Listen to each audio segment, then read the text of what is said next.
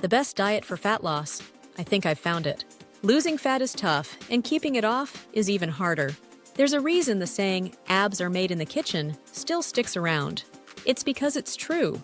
Unfortunately, there's an overwhelming amount of misinformation out there. Even the most popular diets often come with more downsides than benefits.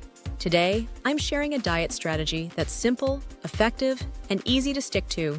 Here's what you need to know.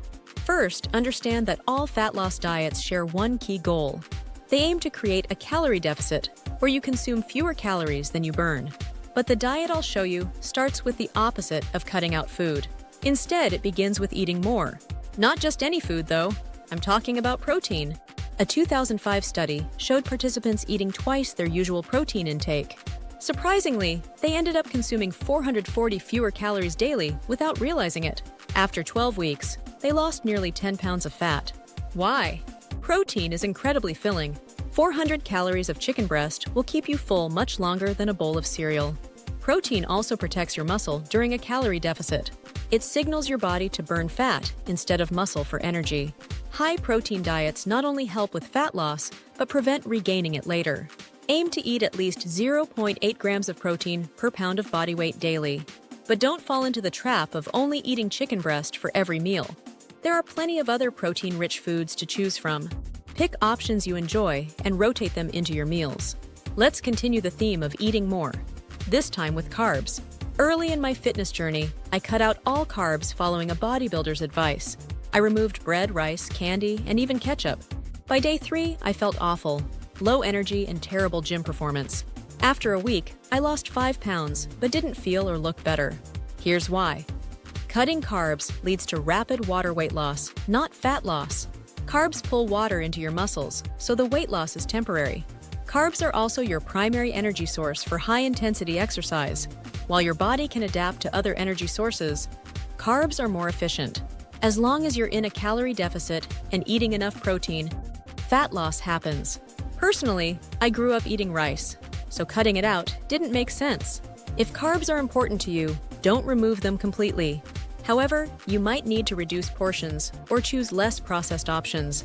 A strategy I use is saving most of my carbs for pre- and post-workout meals. This provides energy when it's needed most and keeps calories in check. Now let's talk about fats. Fats contain more than double the calories of protein or carbs, 9 calories per gram. Hidden fats, like those in salad dressing, mayo, or butter, often go unnoticed. It's easy to overdo it without realizing it. That said, you don't need to cut out fats completely. Instead, have them in moderation or make healthier swaps.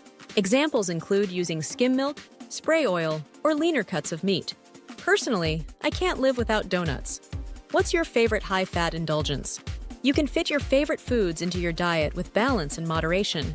For example, my breakfast today included eggs, whole grain bread, and fruit. For lunch, I'm planning ground beef, steamed veggies, and hummus. This is called the balanced plate concept. Fill a quarter of your plate with protein. Half should be vegetables or fruits. The last quarter can be carbs or fats. When eating out, apply the same idea to your meals. Instead of feeling restricted, aim for balance and flexibility. What about supplements?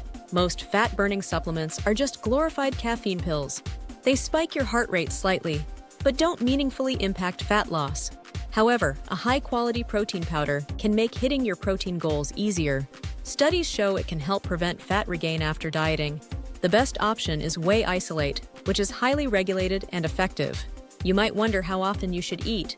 Skipping meals can lead to overeating later, creating a negative cycle.